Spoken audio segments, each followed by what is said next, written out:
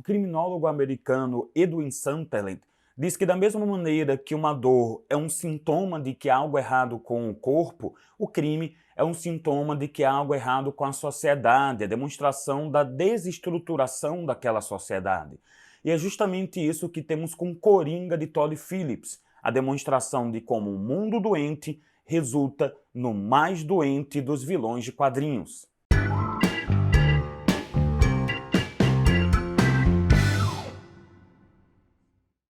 Esse ano de 2019 foi particularmente rico em filmes. Desde mega produções, a gente teve Vingadores Ultimato, o filme com maior bilheteria da história e bastante fanservice. Eu não vou reclamar, eu gosto muito de fanservice. E filmes que vão ali no âmago da sociedade, que discutem certas dores, certos problemas. Foi o caso de Us, do Jordan Peele, foi o caso de Bacurau, e praticamente nós temos um mantra, nós temos que falar de Bacurau, todo mundo que saía do cinema falava isso, e quando a gente não esperava mais nenhum filme tão bom de quadrinhos ou tão bom em discutir os problemas sociais, eis que nós tivemos Coringa. E eu ainda estou meio desnorteado, eu assisti alguns dias e, nossa senhora, a sensação que a gente tem é de que acabamos de ver um clássico, né, de que acabamos de ver algo que vai ficar para a história, não apenas dos filmes de super-herói, mas também do cinema como um todo. E é justamente um filme inspirado em outros clássicos. Você nota que o Todd Phillips tem uma paixão muito grande por outro criador de clássicos, que era o Martin Scorsese. Você tem muito de Taxi Driver, muito de O Rei da Comédia, desde ali de elementos visuais, a própria temática de você discutir uma sociedade doente, as consequências disto, e esse filme ele fala de uma origem do Coringa, um Coringa assustador. E, na verdade, nem é o Coringa que é assustador. Ao meu ver, é aquele indivíduo antes de virar o Coringa, o Arthur Fleck. Ele é que vai passando por todas aquelas transformações. É o indivíduo que apanha de toda a sociedade, apanha das instituições governamentais, dos demais indivíduos, da sua própria família, e nós vemos como isso vai transformando naquele vilão que é conhecido. Há uma cena em particular, eu nem preciso dizer que vai haver alguns spoilers daqui para frente, que mostra muito como foi essa parceria, né, entre o Joaquin Phoenix, o Todd Phillips e a própria câmera. Há uma hora que, no meio de uma crise, o Arthur Fleck ele entra na geladeira e é uma cena demorada, não há explicação, você vai tendo uma aflição, ele tirando as coisas das geladeiras, prateleiras, ele entra lá e a câmera vai se aproximando, só que a câmera está na mão, ela não está estável e ela está tremendo. E ela vai se aproximando muito devagar dele, como se tivesse medo do que vai acontecer.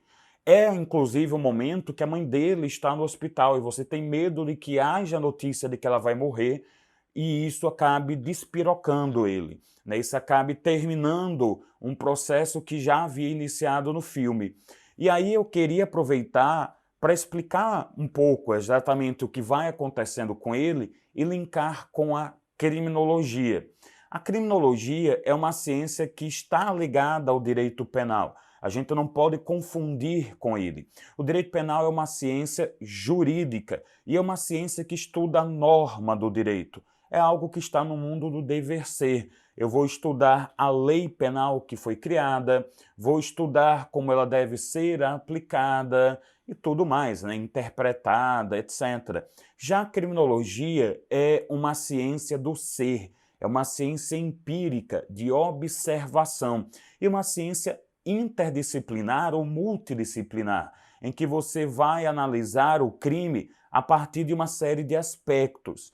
Nós tivemos ao longo da história várias escolas de criminologia, a mais famosa sendo a escola positiva do criminoso nato, lá do Lombroso, né, do Cesare Lombroso, que dizia que alguns homens nascem já com a predisposição para o delito e isso poderia ser identificado por uma série de fatores físicos. Só que hoje a criminologia ela não se limita a questão física, a questão genética, para ser mais moderno, apesar de que sim, ela leva isso em consideração. Nós temos diversos outros fatores, como o fator social ou sociológico, nós temos o fator psicológico, os traumas que aquele indivíduo sofreu, os fatores econômicos também, e todos vão ser ali integrados para a criação da figura criminosa, para a criação deste indivíduo que vai se opor ao Estado, que vai se opor às regras e que vai causar prejuízos a outros. E é importante que a gente estude a origem desse crime para que nós possamos evitá-lo. E quando eu falo evitar, não é só evitar através de leis penais e de punição. Nós podemos ter outras ferramentas para evitar a prática de delitos. Uma iluminação pública, por exemplo, a conscientização sobre o papel do homem e o papel da mulher em questões de violência doméstica e por aí vai. E aí a gente observa, né, o Coringa, ele é muito bom ao trazer justamente um estudo de criminologia tão fantástico. Nós temos alguém que, tem problemas mentais graves, ele tem uma enfermidade mental muito grave. Nós vemos que alguém esquizofrênico, que fantasia a diversos momentos. Ele fantasia, por exemplo, ao se encontrar com Robert De Niro. E aqui eu faço um parêntese. É muito interessante a participação do Robert De Niro no filme, justamente porque ele esteve em Taxi Driver e O Rei da Comédia. Só que aqui se inverte o papel. Daquele que era oprimido por toda a situação, ele agora é mais um dos elementos de opressão. Então, nós temos essa relação do Arthur Fleck com o Robert De Niro, nós temos a relação também fantasiosa dele com a sua vizinha, que é interpretada pela Zazie Beetz. Nós também temos, e aí não seria tanto de origem genética, provavelmente uma lesão neurológica, das agressões que ele sofria do namorado da mãe, aquele riso incontrolável dele. Eu achei isso também muito interessante. O riso do Coringa é uma doença. Ele acaba rindo quando colocado em situações de estresse, perde o fôlego. Isso, inclusive, causa um estigma social muito grande nele. Você vê que isso dificulta muito a relação dele com os outros indivíduos. Então nós temos esse primeiro momento da enfermidade, ou questão genética, ou essas lesões neurológicas. Nós também temos a questão econômica. É alguém que está na pobreza, e na pobreza numa cidade que é miserável. Nós temos o contexto da própria sociedade. As instâncias de controle social, elas estão falhando, as instâncias de apoio. Tanto o Estado, ele perde o apoio de psicologia, de medicamentos, porque estão cortando certas verbas de saúde pública, ele não tem um apoio no trabalho, ele não tem amigos, ele não tem um apoio na família. Num primeiro momento, a mãe é a única pessoa com quem ele tem realmente uma relação íntima, ele tem aquele cuidado, a mãe dele que está frágil, bastante debilitada, só que nós percebemos ao pouco no filme que ele sofreu uma série de agressões físicas, emocionais, desta mãe. Essa mãe que conviveu com companheiros agressivos, ela que tinha uma enfermidade também mental muito grave. É um momento que para mim foi brilhante. Ele descobre que a mãe teve um caso com o Thomas Wayne. O Thomas Wayne, sim, pai do Batman. E que provavelmente ele seria filho do Thomas Wayne. Ela diz que o Thomas deveria ajudar ambos, deveria ajudar o filho. E nós temos, durante boa parte do filme, um dilema, porque parece que ele realmente é o filho, só que isso é negado pelo Wayne, inclusive negado pelo Alfred. O Alfred, em determinado momento, aparece e ele nega de uma maneira meio dúbia. E aí você não sabe se você confia na mãe do Fleck ou se você confia no Wayne e principalmente no Alfred.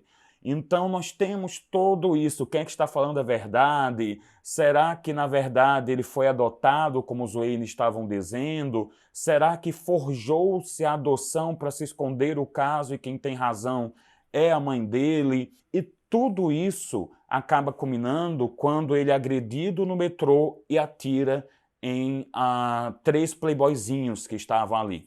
Nesse momento, todos esses problemas estouram e nós temos a prática do delito. Eu posso até dizer, mas ele estava em legítima defesa quando ele atirou em um deles. No primeiro sim, mas nos outros dois ele procurou aqueles indivíduos, ele já estava em excesso, ele realmente quis cometer o delito. E o filme mostra como ele se liberta. É o primeiro momento que ele efetivamente não está castrado. É o primeiro momento que efetivamente ele tem poder. A partir daí nós temos o assassinato da mãe, o assassinato de um ex-colega de trabalho que, pelo que nós conseguimos entender do contexto, abusava dele, o assassinato da vizinha, da filhinha pequena, mais para frente o assassinato do personagem do Robert De Niro, que havia feito chacota sobre ele, além de toda a adoção daquele visual do Coringa, adoção de uma verdadeira identidade. Ele deixava de ser Arthur Fleck e ele estava virando o Coringa. Ao mesmo tempo que esse crime causava uma grande explosão social, porque não é apenas ele que estava sob esse estresse emocional e pobreza, que estava sendo ignorado pelas autoridades e pela elite econômica. O papel do Thomas Wayne, inclusive, é isso. É aquela elite que vem ignorar os indivíduos mais pobres e mais marginalizados. Toda a sociedade estava sob esse estresse emocional e social. E isso explode. Então, ao mesmo tempo que ele é um resultado de todos esses problemas, novamente com uma criminologia, ela é muito rica, a sociedade também está gerando novos coringas. Tanto que ao momento, o único momento que ele não aparece em tela, que é um filme predominantemente dele, é um estudo de personagem, há esse momento em que uma pessoa inspirada em todo esse movimento mata um casal de pessoas ricas no beco na frente do seu filho.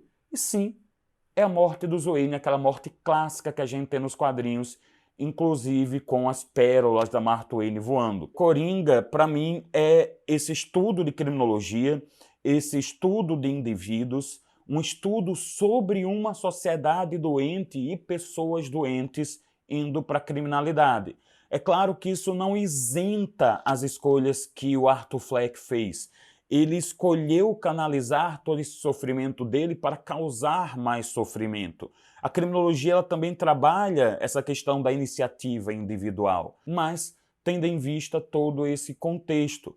E aí a gente observa em determinados momentos como a gente poderia ter evitado que esse Coringa surgisse. Se houvesse, por exemplo, apoio estatal, se houvessem outras instâncias de auxílio, o que a gente aplica para a sociedade, como evitar que os crimes de maneira geral aconteçam. Eu não preciso apenas da atuação da polícia. Há uma complexidade de coisas aqui que nós temos que observar e nós temos que ter uma discussão. Esse filme ele não tem uma inspiração específica em uma história em quadrinhos. É claro que você pode verificar que há elementos da Piada Mortal, que para mim foi a história que me mostrou o Coringa com a violência que ele tinha. Eu, criança lá, que era acostumado a ver o Coringa do desenho animado do Batman, aquela coisa bem cartunesca.